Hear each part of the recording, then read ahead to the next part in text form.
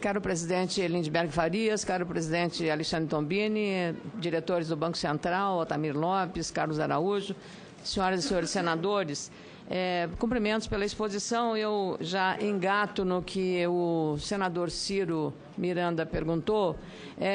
O que aconteceu em relação à declaração da presidente Dilma? O mercado não interpretou adequadamente a declaração da presidente sobre esta matéria, controle de inflação e crescimento econômico. Então, porque o mercado é que deu toda o chamado a especulação das declarações da presidente. Então, eu queria só...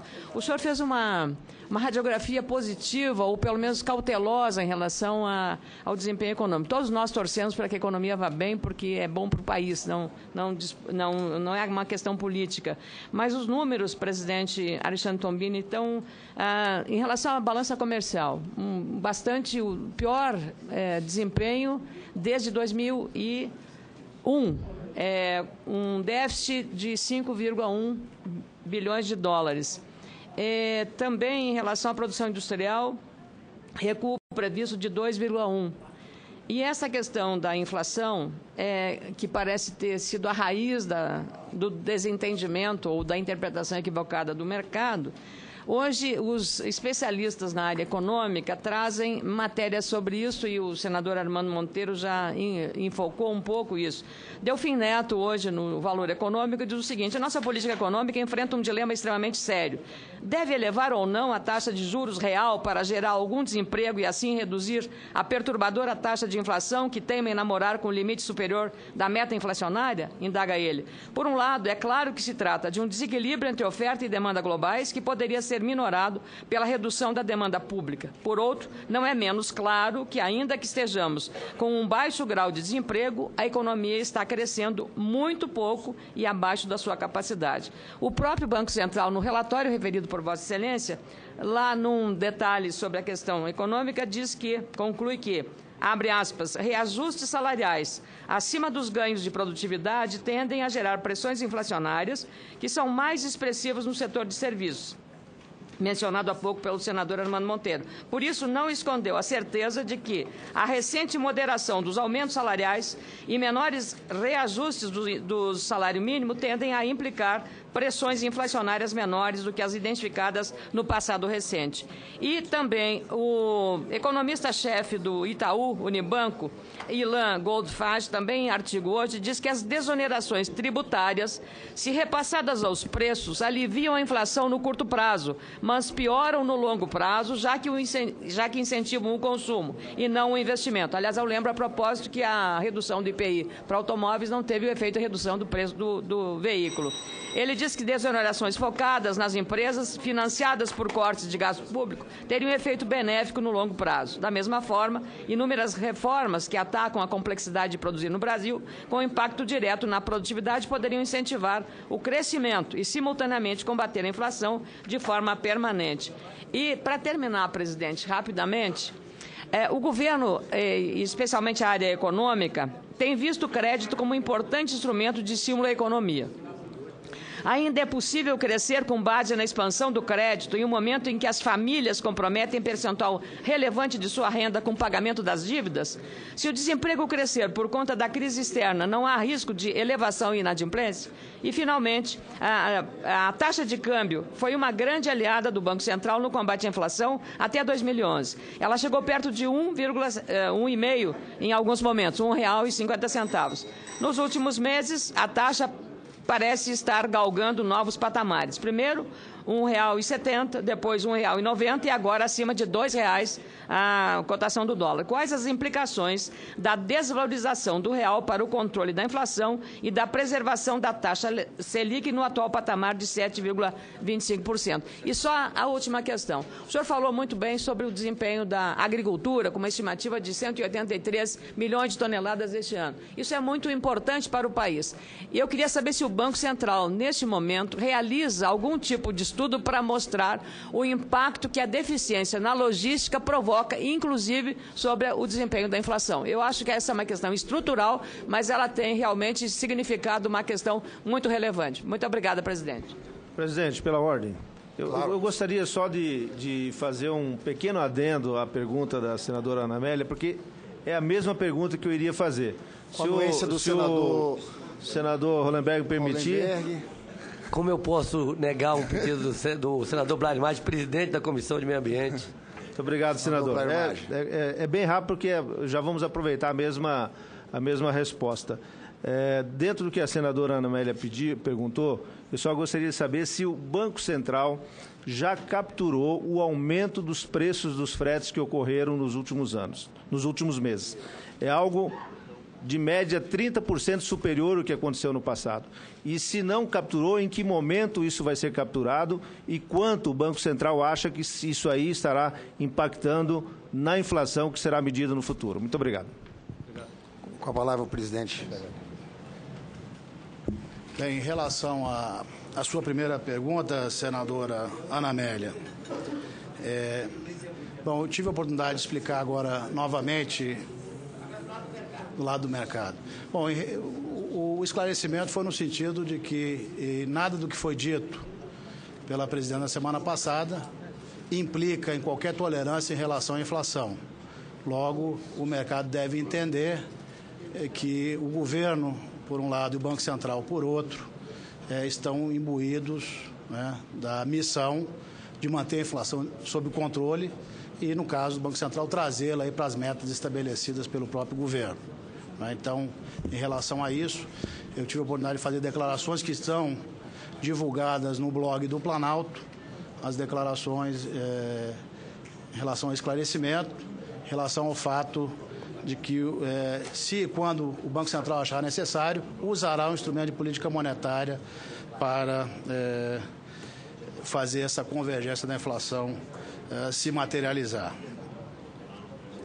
Em relação às questões do crédito, Vossa Excelência menciona, entre outras coisas, a questão de como pode o crédito, digamos assim, ser um fator de sustentação da demanda, como eu coloquei também na apresentação, onde você teria um quadro de comprometimento da renda. O quadro de comprometimento da renda, ele vem até se ajustando, diminuindo recentemente. Vossa Excelência deve ter visto aí os dados que apontam por um recuo no comprometimento da renda em função dos refinanciamentos, as novas condições de mercado ao longo do segundo semestre, principalmente do segundo semestre de 2012, não é?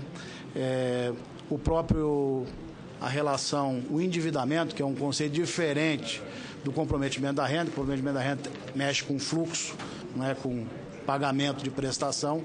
Então, nós vemos um certo recuo na margem, a situação melhora, ou seja, dá sustentação, uma expansão moderada do crédito, é isso que nós estamos vendo, certo? Por outro lado, também vemos aí um certo a melhora no endividamento total das famílias, não é? No período, ao longo do ano de 2012. Entre outras coisas, esse cenário fica um pouco melhor se nós levarmos em consideração que uma parte dos novos financiamentos, uma parte do crédito que tem sido estendido às pessoas físicas é tomado pelo empréstimo imobiliário, não é? Que são empréstimos de longa maturação, empréstimos para aquisição de bens de mais alto valor, a casa própria, não é?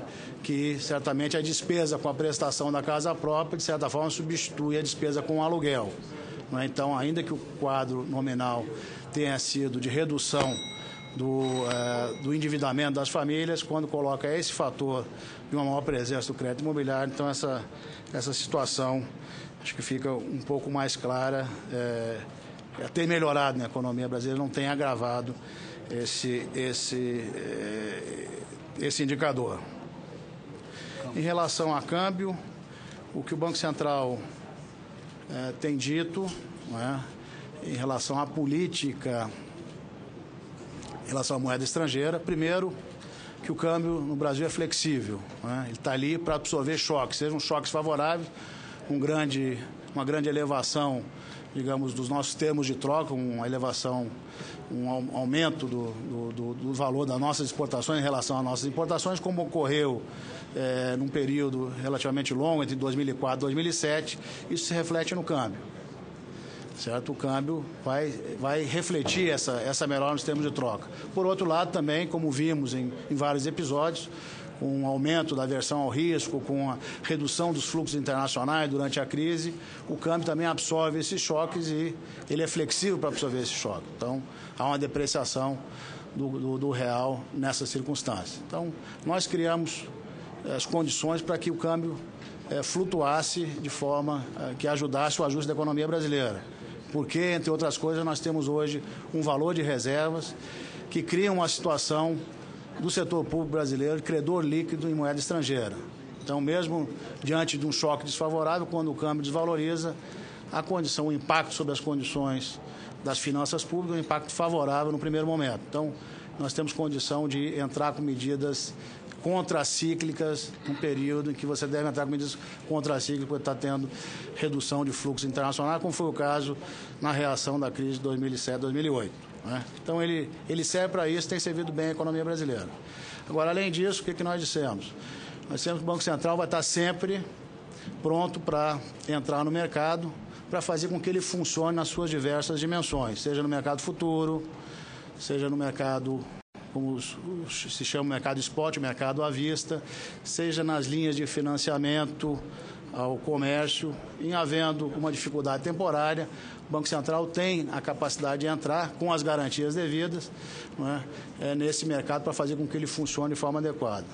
Nós dissemos também que a nossa política de acumulação de reserva ela continua, ainda que nós não entremos no mercado desde abril de 2012, porque as condições de mercado não apontaram nessa direção. Então, as condições de mercado permitindo, o Banco Central continuará acumulando reserva, porque a economia cresce, um nível de em torno de 15%, 14% de reserva em relação ao PIB, é um nível moderado, tem funcionado bem para o país, nós vamos continuar com essa política. E dissemos também, em relação à política da moeda estrangeira no país, que o Banco Central também entrará no mercado para evitar a volatilidade excessiva, né? Quando o câmbio começa a andar por si só, sem relação com, digamos, com a realidade econômica. Em relação à questão do custo do frete, eu mostrei, senador Blairo, eu mostrei uma transparência aqui também em relação ao preço dos alimentos, essa transparência aí, que eu ponho o preço, o IPA agrícola, que é o preço dos alimentos no atacado, já mostrando um recuo ali na margem, e o preço dos alimentos no domicílio, no IPCA, o nível do consumidor, ainda não refletindo esse recuo, né? Entre outros fatores, pode estar ali também a questão do aumento do frete nesse período, né?